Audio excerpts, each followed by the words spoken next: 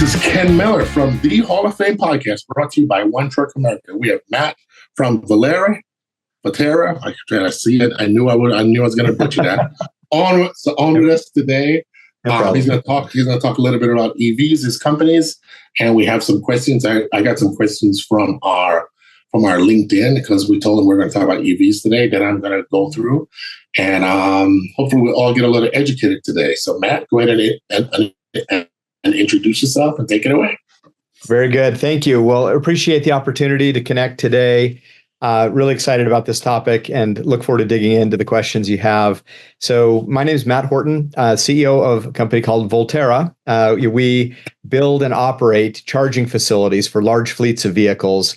You can see in the picture behind me, this is what we build. This one's for a heavy-duty Class 8 truck yard near the Port of Long Beach. But our business is in finding great pieces of property, developing all the power required, and getting all the charging assets and everything ready so that we have a turnkey property ready for our customers to show up and charge. My own just quick personal background, I've been fascinated with transportation my entire career. Been about 25 years working on challenges around clean transportation. So spent about 10 years in venture capital, investing in early stage companies that were addressing transportation challenges. And then the last 15 or so years leading companies in this space with a focus over the last 10 plus years on helping drive fleets toward electrification. My view on this for a long time has been that EVs are ultimately going to be a much better solution for most of our transportation needs once we really crack the challenges around the range and the capacity and the reliability of the vehicles and the infrastructure. And looking forward today to being able to talk to you about the huge strides I've seen over the last decade plus and where I think the business is going as we look to help fleets of EVs transfer to clean, quiet, cost-effective transportation. All right, great. Well, hey, why don't so obviously you guys are building, so you're building these for on-site for, let's say I had a trucking company with EVs, so you come on and build the stations for it. Is that what we're talking about here? Yeah, that's right. So to get fleets transition to electric vehicles, the infrastructure is a critical piece of it. And it's often the piece that people think about last, get excited about this beautiful new truck that's got great torque and acceleration. And then you realize you got to plug it in and charge it somewhere. And these bigger vehicles, the amount of power they need usually is more than the existing site can supply. And so, a customer will go talk to the utility, and they get a lot of shock when the utility says it's going to be 3 years before we can get you enough power for the vehicle fleet you want. And so then customers start scrambling to figure out what else can we do. And that's part of where we come in. We're building these facilities that are purpose-built and they're ready to charge so that customers don't have to go through the headache and hassle of figuring out how to manage a construction project, how to source the chargers, and then the big upfront capital cost of having to pay for and build the infrastructure. We do all of that so that it's really seamless for the customer. So that's our business, is trying to make this transition as easy as possible. Are you building out also like commercial ones for like truck stops or gas stations? Are you doing those too? Or just okay? Yeah, so we as we look at the market, how it's progressing. Most of the focus for our customers are around kind of regional activity. So think of like a drayage fleet at a port that's doing, a limited number of miles every day. It knows where it's going home at night. You've got a consistent place to charge. That fits really well with the use case today. The next step is going to be connecting some of those regions. And we think it's going to be a while still before true like long haul trucking is going to be the right answer with electrics and in demand. So we're mostly focused on kind of regional users today. That's a bit different than the truck stop model or the freeway off ramp in the middle of nowhere. We're seeing demand today is for behind the fence, fleet depots where a customer can say, I've got to have 40 stalls with chargers that I know are dedicated to me and my fleet, and they're interested in saying, I need those for a long term. So that's more how the business works today. Over time, though, the truck plaza, freeway adjacent model is definitely going to be needed. And the charging technologies are now starting to get there where they can deliver a megawatt of capacity and fill even the biggest trucks up very quickly. Okay, all right. Let's chat a little bit about that. So, I used to be the executive board member of the Illinois Trucking Association, so we go down to the ATA. Yeah. So I know Andrew Boyle, who's the chairman of the ATA now, and then Chris Spears, who's the president. So he had a discussion, and this was last year. I actually posted on my LinkedIn that was interesting. He owns Boyle Trucking here in Illinois. He says, well, Ken, I looked at installing 30 electric trucks. And when he called his town, he says that's 10 times the amount of power we've ever requested, and we can't get it from the grid. Yep. So you think about dray places, Chicago's one of the large. Chicago, LA, and New York, New Jersey are your biggest dray markets. How are you gonna? What's the plan for that? Because we're just talking about 30 trucks here. Yeah, we're not talking about a lot. Yeah. Well, it starts out with the honest answer is it just takes a lot of time and planning. There's no, silver bullet, magic wand, whatever you want to say about getting, 10 megawatts of power to a site in a short time frame. The utility process, even the utilities that really are trying to help and go as fast as they can, it still takes a long time. And big projects like this can be 2 years or more. So, you look at this project behind me, that can charge 200 trucks a day. At full capacity, it's going to be almost 12 megawatts of power, which is like a major sports stadium, amount of power needed. So these are big power projects. But if you start early, start working with the utility, you can get that power. But you've got to know what you're doing. You've got to plan well, and you got to have the time. So what we do is we come into a market like Chicago, and we talk with a lot of the fleets. We figure out where the vehicles are going, where they're going to need to be charging. And then we start the process. We will buy the land. We'll start working with the utility. We'll start that long development cycle so that when we're done, we've got a ready project that, new customer can just come see us and say, hey, I need capacity now, and we'll have it available. Because more and more customers are going to have the experience that you talked about, where that call with the utility, it's a bad news answer they get, and they're scrambling to find capacity. And we're trying to build these facilities ahead of when the trucks are going to arrive. Well, yeah. Well, okay. Is there a specific market, I'm gathering it's California, that you have that you have approached the grid and have had success with it? Because a couple of people have approached it here in the Chicago land, and it hasn't been very successful. Mm-hmm. So there may be successes elsewhere that are further along. Can you tell me about one? Maybe LA, the port of LA? Yeah. So this project behind me, that's one of the properties that we have in the LA area, right outside the Port of Long Beach. We have 4 properties in that market right now that we have in development. So this is the only one that's open now, but we got a bunch more that are coming online. So hoping to have that ready before the customers need it. But this isn't a California only phenomenon. We're doing business. We've got 21 sites in development. We're in California, Arizona, Texas, Georgia, and Florida. Those are our primary markets today. You talked about Chicago. We're following where the customers are going. They're taking on the low-hanging fruit. these southern states where there's nice weather, you don't have to worry about snow and ice. Eventually, we'll definitely get to northern states because the vehicles can do it, but the customers are going to do it where it's easiest first. Well, I mean, if you say Texas,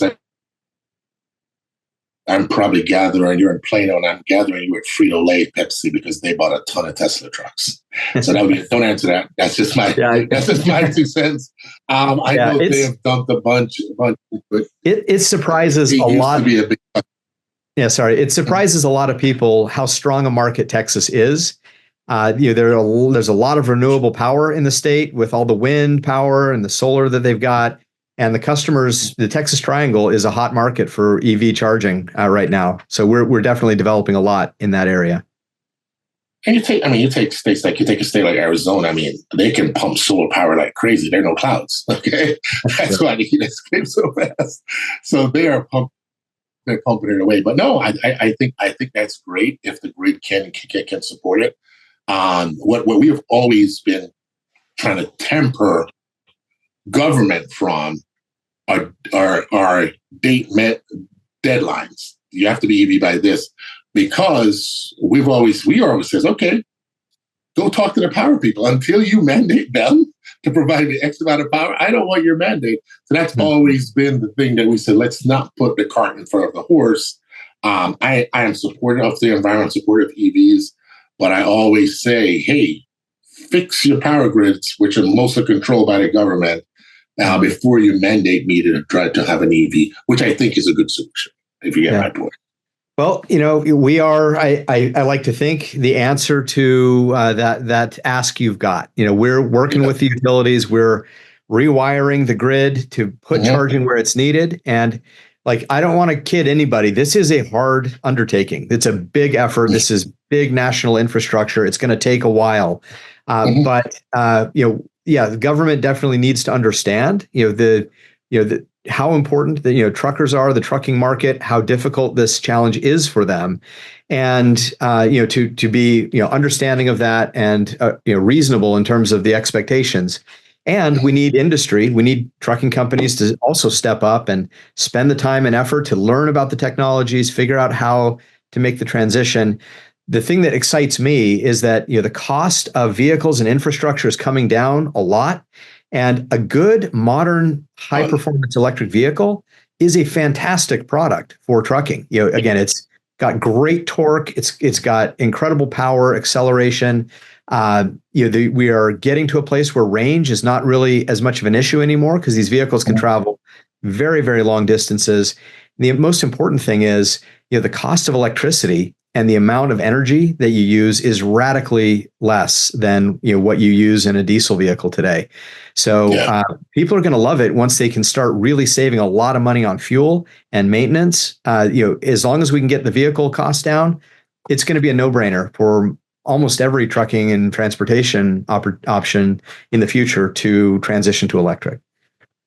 Do you have any concerns that some companies have backed off electric cars? Forget the trucking market, electric cars a little bit. It's not as been pressed as hard as it was 2 years ago.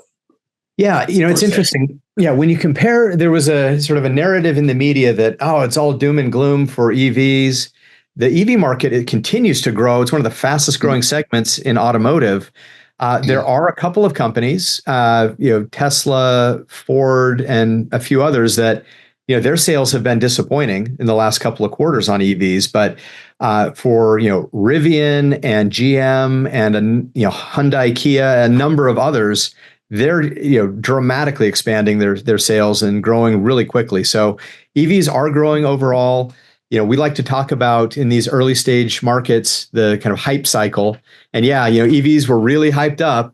And the reality has been a little disappointing for some folks, and that always happens with new technologies. But we're kind of on the other side of that now, and just seeing steady, consistent growth. I think that's going to continue. So personally, I have no concerns about our EVs going to continue to grow and take more market share. I think that seems pretty evident. But for some individual companies, it's going to be a bumpy road. Well, I see. I like anything. I think the first generation of anything, you're going to have problems. I can tell you where Tesla had issues. They sold a bunch to Hertz in coal markets, and they had a rough winter.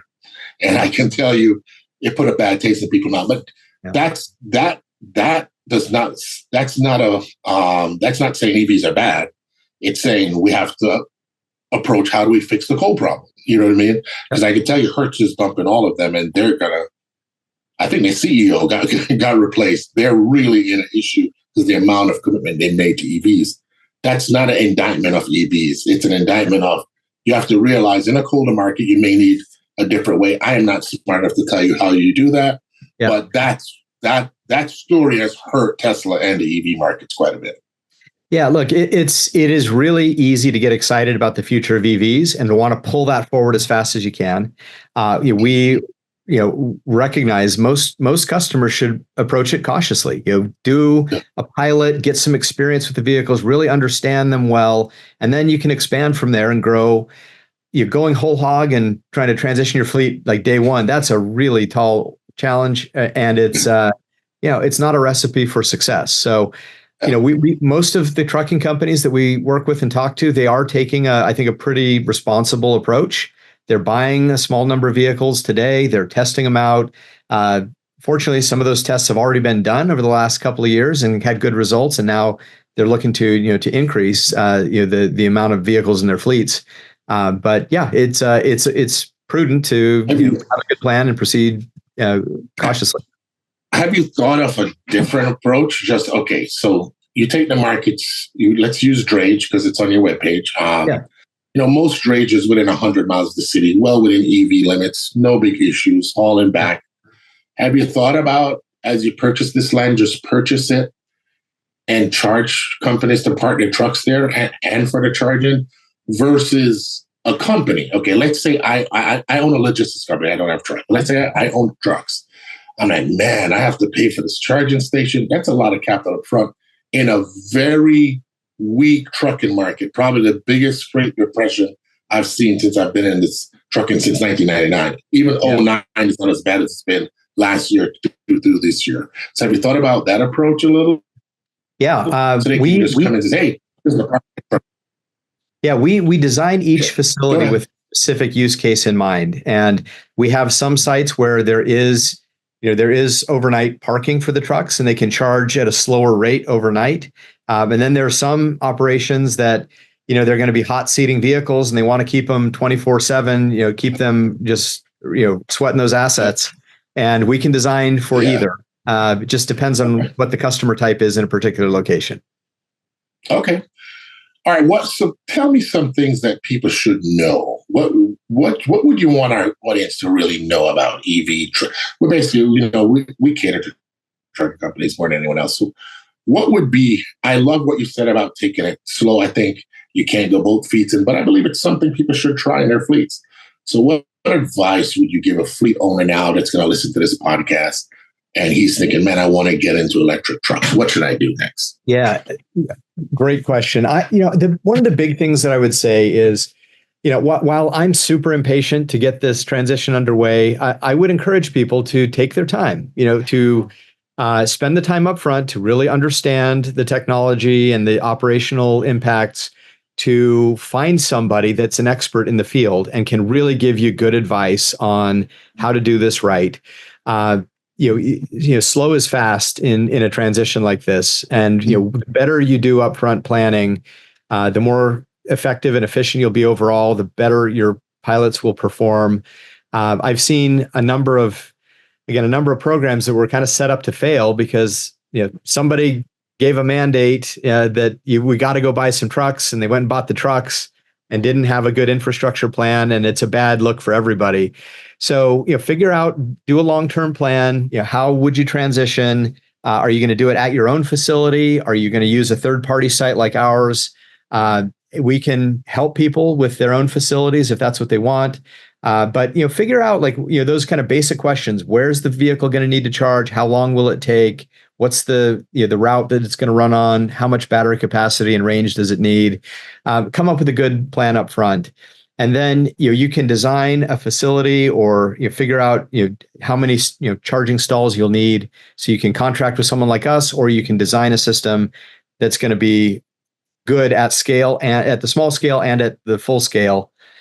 We've seen a lot of deployments where somebody just decided to throw two chargers on the back of the building, and it's not enough power, or it's in the wrong place, and then they have to go redo it all when they come back with their final plan. So planning upfront is really, really helpful. I'll give you one more thing as we come to a close. Most of the places in the cold already have, you just need to rebuild it better, have plugins, because I can tell you most truck companies plug in the trucks at night just not to leave it running, especially in the winter. Yeah. It's not, the same charge, a lot of differences you have to address, but they are set up. Power is, I remember when I worked for a very large truck company, we had power ran to all our trucks up and down the bay. There was a stand, you could roll the cord out, plug it in. Obviously, probably a lot different than what you're doing, but the infrastructure starts there when you get into the cold weather places. So, hey, in closing on if I was a truck company, where would I find? Is there a webpage? Is it Voltera.com or something like that? How would someone track you down? VolteraPower.com is probably the easiest place to find us. We've got links there to help get you in touch with somebody on our team that can walk you through the process of planning. We're really active on LinkedIn as well, so pretty easy to find us. We've actually published a series of educational documents that take you through everything that goes into how to build these sites. So we'd really glad to share those playbooks with anybody out there. All right. Hey, thank you for taking the time. I just found you on LinkedIn. I followed it. This is a great insight. I think it's something that I know a lot of our viewers and truck companies have asked me about. A lot of people got a little thrown back when they had the conversations with the grids and power and things of that nature. Yep. But you are obviously going to help with that solution, at least having the conversation. So I think that's extremely helpful. Matt, I want to thank you for coming on to the Hall of Fame, and you can close with any message you'd like, sir. Very good. Well, thank you again for the invitation. Have really, really loved this.